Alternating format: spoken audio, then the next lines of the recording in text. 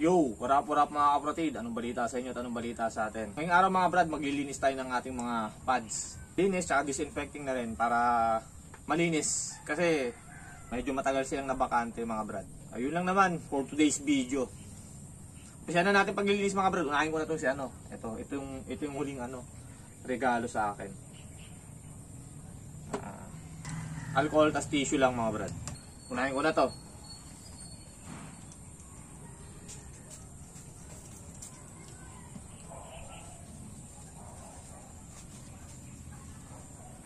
Medyo matagal kasing nabakante itong mga gamit natin, itong mga bangkay natin mga bro. Dinisin natin kasi importante at mahalaga ito sa atin. Alam nyo yan.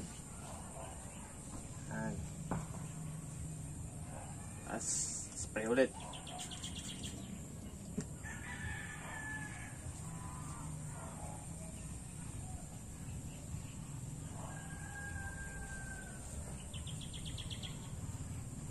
Shing shing. You know.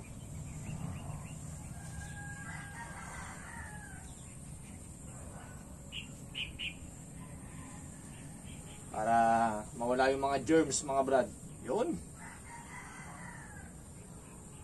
Tapos na tong fiber whip natin. Ito yung huling dumating sa atin na regalo. Malinis na to mga brad. Next natin mga brad si Black Polyglass. Si Black Polyglass na galing kay Brad Mark Brian Trono. Ito yung galing kay Brad Mark Brian Trono. Hindi ko pa natatanggal yung papel sa likod.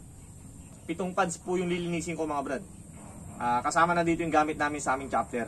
Siyempre para malinis na rin lahat, gagamitin na lang.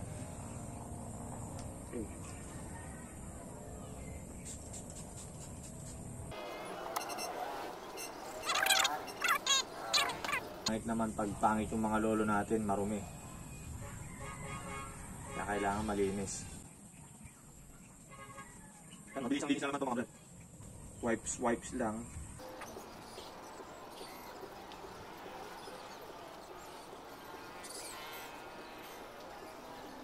Okay na to mga brad kasi may papel pa tong likodan niya. Yun. Sunod ulit natin yung galing kay Brad Mark Brian Trono. Ito yung regalo niya sa atin.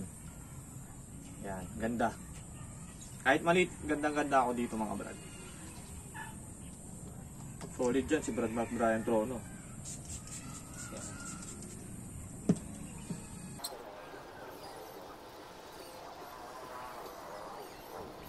Sa mga nagtatanong pala, laging nagchat-chat, nagko-comment sa page mga brad, kung magkano yung mga pads. Direktang mensahe na lang po kay Brad Mark Brian Trono.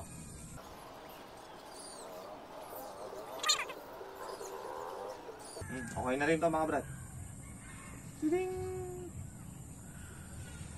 Ito, hindi na natin isprayan to kasi siya, kahoy tsaka may pintura. Bali pupunasan ko na lang mga brad. Ito yung etong pads na to mga brad, ito yung pangalawang naging pads ko. Kung hindi nyo natatanong, share ko na rin. Mamaya, siyempre malilinisan din natin yung madalas naming magamit na pads kapag may mga niyo tayo. Ako na rin pala nagpintura nito mga brad, tsaka nag-sticker. Basta yung mabigat siya, matigas na na kahoy. Hindi ko alam kung anong tawag sa kahoy na to.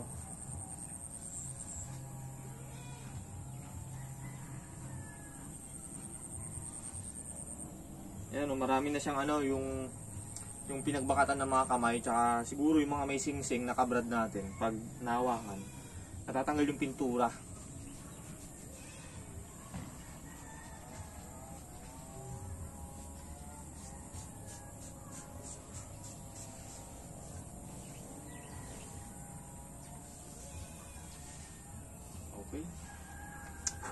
Okay na to mga brad. Ayan,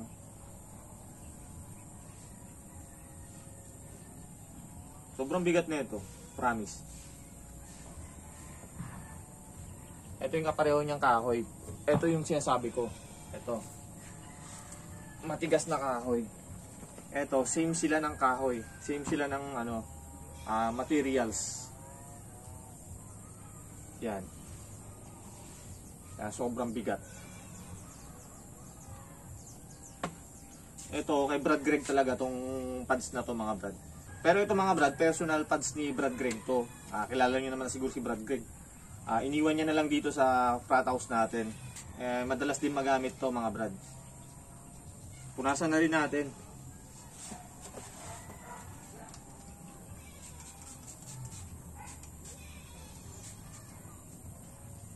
Para ma-disinfect yung mga germs, bacteria na kung saan man nanggaling mga brad. Yan. Ang pads ni Brad Greg. Hindi pa niya napipinturahan to mga brad. Oh. Tignan nyo naman. Maski varnish mga brad, wala pa to. Ito yung ano, inanay pala to mga brad. Ayan oh. Inanay siya. Inanay siya mga brad, pero yung mga anay hindi kinaya. Ayan oh. Hindi man lang nabutas sa sobrang tigas nitong kahoy na to. Yan, alisin na rin natin tong anay. Yung pinag-anayan nila.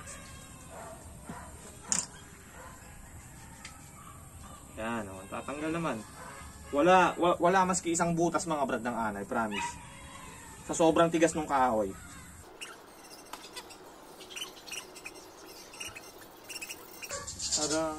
Okay na to mga brad. Ang pads ni Brad Greg. Next din natin yung ano, madalas namin gamitin. Ito ang pinakalolo nila sa lahat ng pads na dito sa aming chapter mga brad. Ito. Sakto lang yung gaan tsaka bigat niya. Yan. Ito yung kapalo. Hindi ko na ano yun kasi may varnish to eh. Punasan ko na lang. Naka-varnish kasi mga brad. May varnish siya.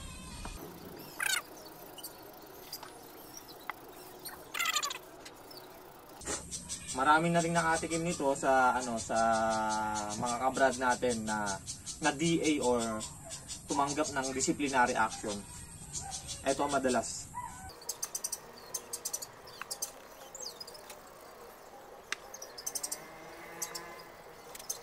Itong pads na pala to mga brad, ito yung pangalawa naming naging pads sa aming chapter nung nabuo yung Banawang chapter. Share ko na lang din. Sunod natin lilinisan yung pinakaunang pads ng Banawang chapter. Ito mga brad, ito na siya. Ito yung pinakauna-unahang pads ng aming chapter or whip mga brad. Ito siya. Ang mismong umukit at nagulman itong whip na to mga brad ay si G.S. Raniel Mendoza. Siya mismo ang umukit at gumawa mga brad. Ayan o, ang nakalagay pa dito utol. Yan, Banawang 1973 tsaka Banawang sa gitna. Kaya maraming salamat sa iyo G.S. Raniel Mendoza. Etong whip na to mga brad, hindi na halos nagagamit. Bali, inaalagaan na lang namin siya para hanggang sa tumagal.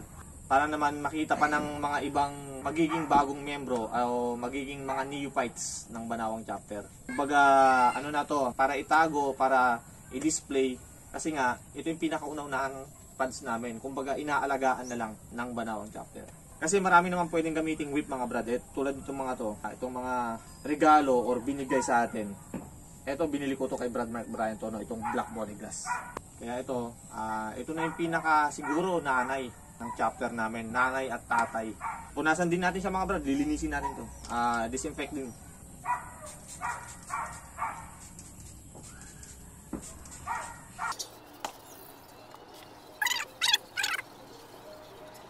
Etong pads na pala to or whip mga brad, ito yung halos ano nagamit nung bago pa lang yung chapter namin.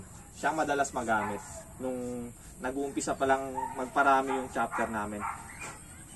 Kaya sana mga brad tumagal pa tong pads na to kasi iba ang ano netong pads na to sa Banawang chapter. Oh, mabango mga brad, mabango. Amoy na siya, amoy alcohol. Yan. Itong pinaka nanay at tatay. So yun mga brad, tapos na tayo maglinis ng ating mga sandata or bankay. Yun kasi ang gusto kong itawag sa kanila eh. Para sa akin lang naman mga brad.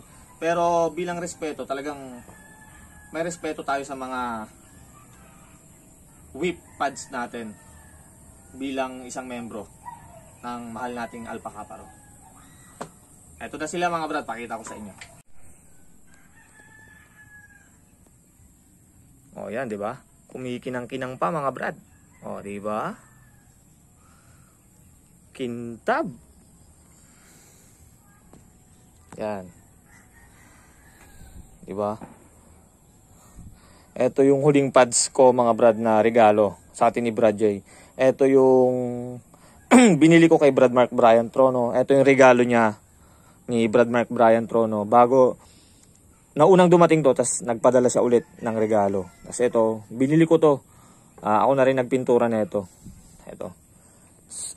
Ito yung same materials nung isang pads ko mga brad. Yan. Si Lolo, ito si Nanet Tatay. Yan, yun lamang mga brad. So yun lamang mga brad. Maraming salamat sa mga tunay na naniniwala at sumusuporta. Brad Christian nga pala na nagsasabing, long live. Yeah.